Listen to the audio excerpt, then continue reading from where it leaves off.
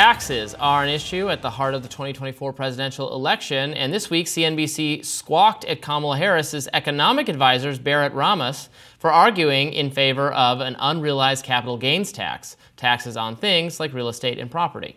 I bet that the majority of people watching right now are already paying a tax on unrealized gains. It's called a property tax. Property tax. When the value of your home goes up, that's an old. It's a use tax. When the value of your home goes up, you pay higher taxes, even if you don't sell your home. Your value of your home never moves the way a stock moves, the way something else moves. That's always the go-to answer. It's also, property tax is a use tax. You're paying for the schools. You're paying for emergency services. Those are things that make absolute sense. And sure, and all the revenue that comes in from these unrealized gains taxes and the other taxes in the Harris plan are going to go to creating what she calls more opportunity. It's to make sure that every newborn born in this country gets $6,000. Using the services. And it was never in anyone's intent to tax. It's not an income tax. And it's never going to happen.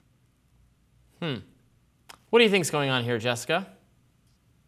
Well, there are a lot of very wealthy people who have a lot of unrealized capital gains. They, use this as collateral to take out loans. So it essentially acts as liquid cash for a lot of very wealthy people. Let's say you have $1 million in investments, it's property, it's stock, etc. You can leverage that and get a loan from the bank at the equivalent of $1 million. And so for a lot of people, this acts as money. It acts as liquid capital in that way. And so taxing it is almost necessary with these folks. Now, what Kamala Harris is proposing is not radical. The current capital gains structure is you pay 0% up to $50,000. From $50,000 to $500,000, it's 15%. From $500,000 and above, you're currently paying 20%. That's all the same as it is now today. What Kamala Harris and the White House is proposing changing is that for anyone who has $1 million and more of unrealized capital gains, or rather capital gains, money they've made off of money they already have, that's 39.6%. And if you're a billionaire, it's going to go up on unrealized capital gains for 44.6, any dollar over $1 million. So the way this manifests, let's say if you have a house, you sell it for $100,000, you're only paying 15% on every dollar over that $50,000. So the actual real rate of $100,000 in capital gains would be 7.5, not 15%. And so a lot of people are fear-mongering, saying this is a huge increase. This is going to affect working class and middle class people. Nothing's going to change for working class and middle class people. If you're a billionaire or a millionaire, you might be upset, but at the end of the day, it's a popular policy issue to have the very wealthy paying their fair share in taxes.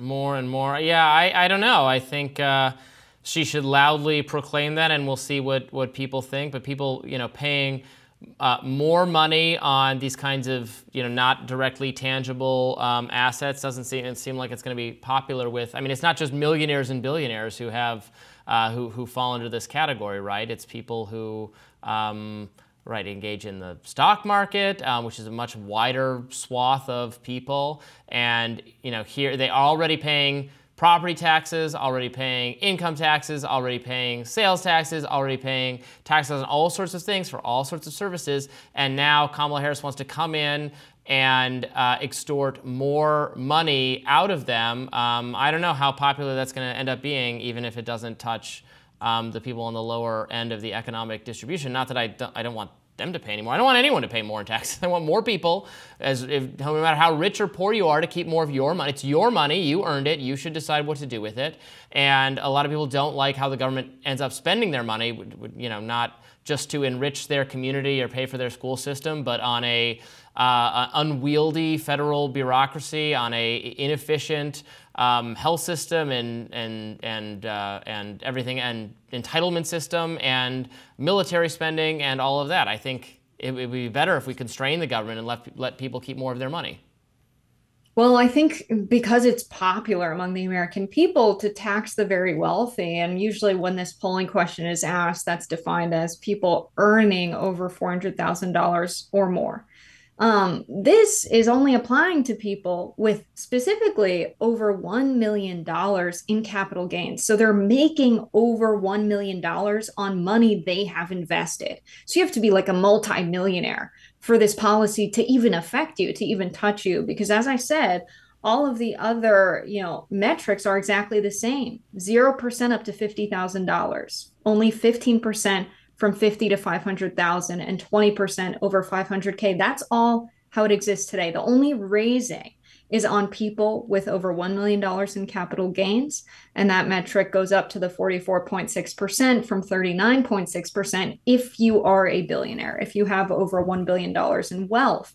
So I think that, even if you look at, let's say someone has a large retirement account or big investment property, their capital gains is going to be $525,000.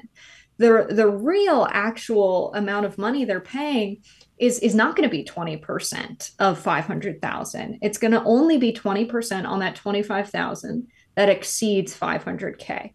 So the total amount of money they would pay in taxes on 525,000 in capital gains is $72,500, which is a real rate of 13.8%.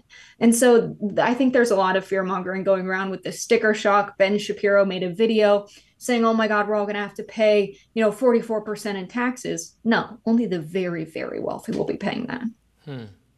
Well, we'll have to see how this plan goes over with the Americans. Maybe Kamala will be asked about it in this upcoming interview she's going to do tonight, I believe, with CNN, her and Tim Walz. Obviously, I've criticized her for being light on policy pronouncements so far, although then when she actually does propose a policy, it's inevitably one I don't particularly care for. Obviously the rich should pay their fair share, although, who determines what's the fair share for how much of someone else's money should be confiscated by the government? But maybe that's just the cranky libertarian in me. I mean, they pay obviously in real terms far more dollars than anyone else. It's you can say, well, it doesn't matter as much to them because they have so much money. But I think the individual is, for the most part, the best at understanding how to spend one's own money rather than some distant vast federal bureaucracy that spends money on all sorts of things I don't think it should be spending money on. But we'll have to see if this becomes reality under a future Harris administration. Yes, I think that the way I think about it is we look at what incomes have looked like across the economy. We look at the regular average worker getting paid less and less over time and wages stagnating despite productivity increasing since the 1970s, about inflation adjusted.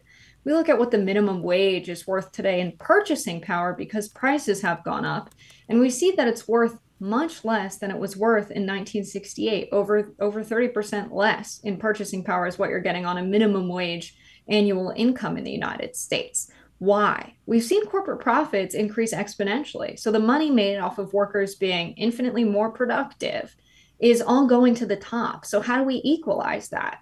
If they're keeping wages low and keeping prices high and squeezing workers from both sides, you've got to do something to equalize the amount of income in the economy. Because what we've seen is basically the wealthy reverse Robin Hooding the working class, stealing from the poor and giving to the rich. And a lot of these people that are having over $1 million in capital gains annually are not working. They're just turning their money into more money. How? The money is invested in rental properties and in America's largest corporations, which again are bringing in money off of the backs of working people and not giving them their fair share. And so should you be able to earn $1 million off of other people's work who are struggling to get by when you sit on your butt? I think that's not the American way. And I think that's why this is going to ultimately become a popular policy once they break through a lot of the misinformation about how the tax structure works and really how the economic setup is, that this is not taking money from regular working people. It's actually going to help set things right. More Rising right after this.